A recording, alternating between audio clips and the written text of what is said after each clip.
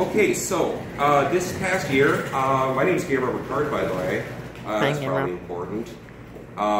So this year saw the publishing of my first novel, Bondage Night, through Moran Press, and only took 20 years to get a novel published, but that's not bad. I'm somewhere in the middle, I think. But the art is by somebody named Joan Comics, who you can find on Facebook. She works on a lovely webcomic called PhD Unknown. And just to set up the story here, I'm going to read the back of it, and then we're going to read a chapter. Bondage Night chronicles the vicious climax of a chaotic, intense, compulsion-driven love affair between two unhappy, delusional people. Gabriel Ricard's debut novel shows what brought them together in the first place. Then comes the surreal, exhausted aftermath. Through it all, the protagonists persevere, but by the time it finally ends, Leo and Laura may never be the same. Very dramatic. And I wrote this book for a few reasons. It was kind of an amalgam of the many unhealthy relationships through my fault that I had with women over the years. And it's also based on my intense hatred of the movie 500 Days of Summer.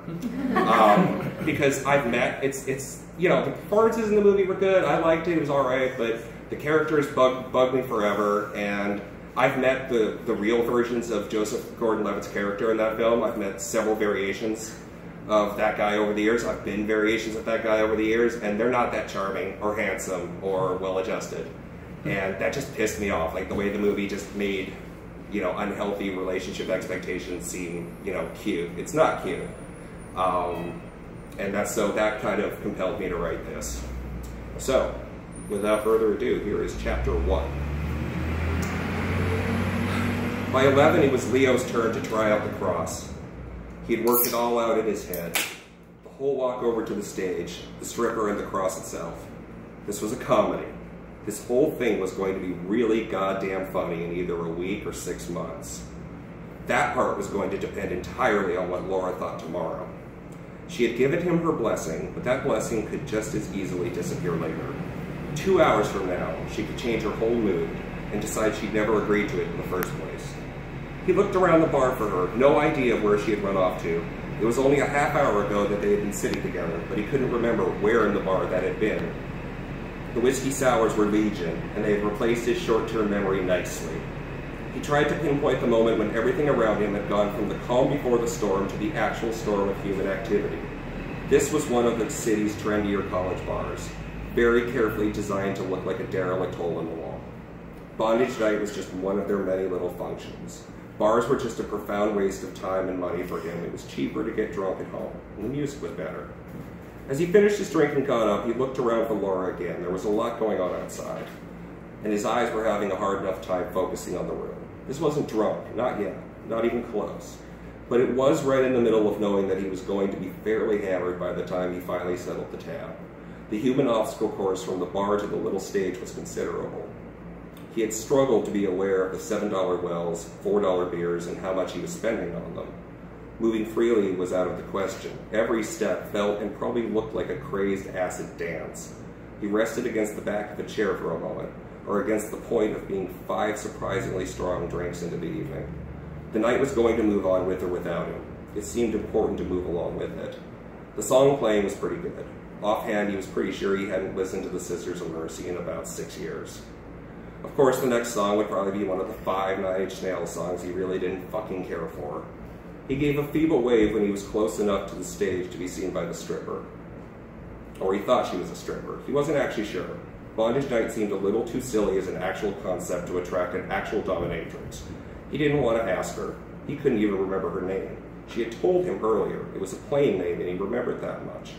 Thankfully, she seemed to remember him and said something he couldn't hear over the music. There was no choice but to guess. Yeah, he said, I'm ready whenever. She pointed at something. It took him a second to realize she was talking about his leather jacket. When he and Laura first decided to go out to this thing, he'd spent a good hour, with Laura taking 3, trying to figure out what would look like a legitimate effort to fit in. Even though it was August, the leather jacket seemed like the only way to go. He was hoping for a cool enough evening and was grateful to have actually gotten one.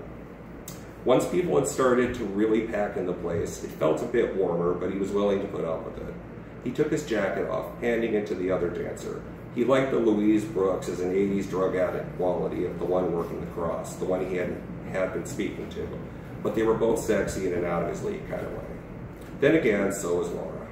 The virtually non-existent bondage outfits they wore were only reminding him of the old buoyant days, when he could think about these things without the constant companion of paranoia. Laura wasn't a psychic, but she could play one on TV. The stripper sweat clung to her skin. It was choked, blunt, disconcerting sexuality.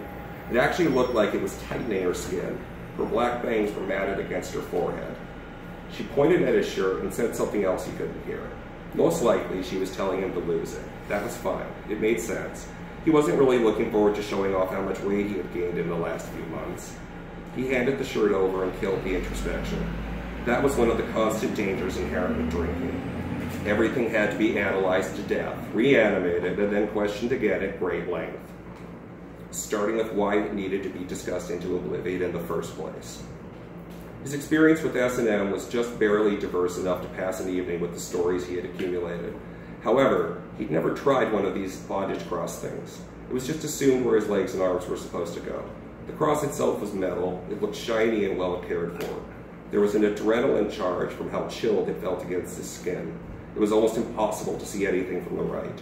The world could only be viewed from the left. Still, he looked around for Laura as the stripper tied him down and then leaned into his ear, fastening the last arm strap. How much can you take? That had been one of the questions barreling around in his mind when he'd signed up. Coming up with an answer required going through all of the aforementioned stories. Some of them were actually quite fun to reminisce on. Others were a little too much like that Warren Zevon song that forgot who Warren was during his giddy days. There were other stories and memories that indicated an ability to take a good beating, so he told her to do whatever she wanted. Why was she automatically a stripper? He wasn't sure why he'd made the assumption. Probably the way she was dancing with the other girl earlier. She nodded, her breath warmer than the rest of the bar. He had no choice but to feel guilty for even enjoying a second of it. Laura had a line of credit with guilt that could punch a hole in the sky. His thoughts seized and then lost their breath when the soft leather flogger began caressing the wet skin on his back. Besides the cross, it was the coolest to the touch thing in the room, feeling wonderful in its leather-to-flesh tap dance. All kinds of heavy doses. He knew where this was going, though, with a good feeling of tension primarily focusing itself on his neck. He waited patiently for the muscles to lock when she took things a step further. Looking up from the cross, Leo thought he could see Laura standing in the middle of the bar throng. The dark hair that stopped at the shoulders didn't look a thing like Audrey Hepburn's, in spite of what she liked to claim, and the black dress that effortlessly complemented her assortment of curves certainly suggested it was her. It was hard to get a good look at the face, though.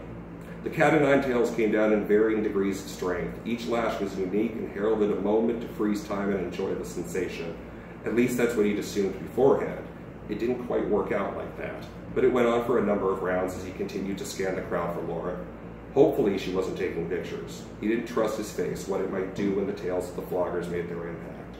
Each lash left little to no time to register, each one on its own terms.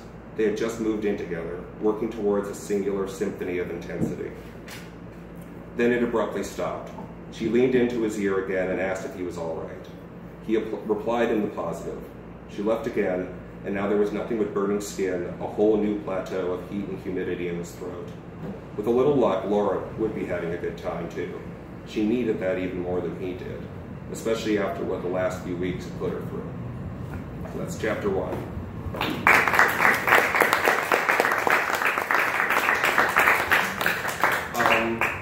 This was actually originally supposed to be a Kleft Press book, and then for a bunch of reasons, that didn't happen. But for a long time it was, and he can't be here tonight, and we should all give a big round of applause to him because he's so integral in this being together. But Frankie, Matt, just probably edited this thing with me for a good year and got it into the shape that it was in when it was accepted by Moran Press. And again, he's the reason why all of us Kleft Job people are here. He's the reason why I know probably about half of you.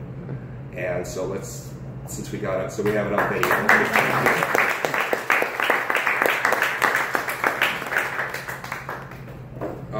How are we doing for time, Seth? We got a little over 2 minutes.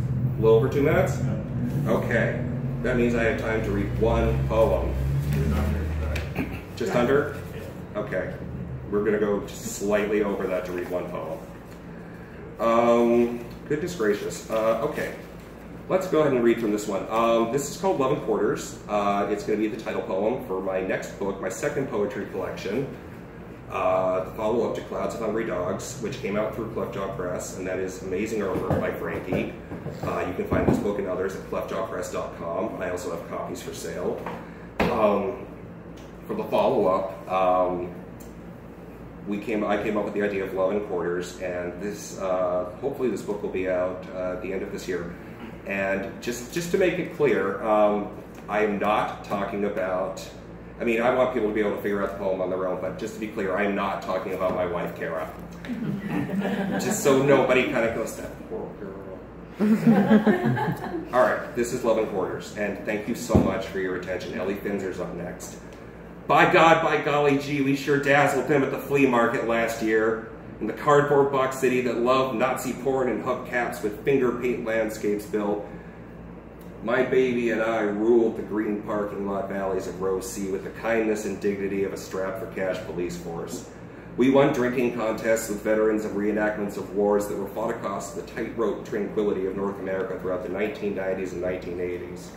We danced like tree trunks made of stone while the drive-in movie overhead forced the stars to head west for drug counseling and community theater opportunities. No one could believe how much money we made. Everyone was amazed that our marriage survived the celebration and that our lungs and fingers got through the cold with only minor examples of horrific damage. Sometimes I wish we had just saved that $75. There are tons of $70 surgeries that we could really use right now. New religions and creative governments desperately need every penny. Color TV would be pretty fucking nice, but I guess we shouldn't feel too bad. When I consider how long I was in nothing before we got married on a train and found out that love doesn't even conquer fractions and discovered that you had been nothing the entire time too, I wouldn't trade our 15 minutes for anything. We should find someone to take care of our cats and chickens and head out that way soon. Have you seen the stuff that's taken over our living room and kitchen? Jesus, I don't even remember how many people we killed to get those novelty alarm clocks. The flea market, I'm telling you, we could be the icons of the long night with the eerie light pollution one more time. Or even two more times, if you're feeling as greedy for love and quarters as I've been feeling lately. Thank you. Thank you so much.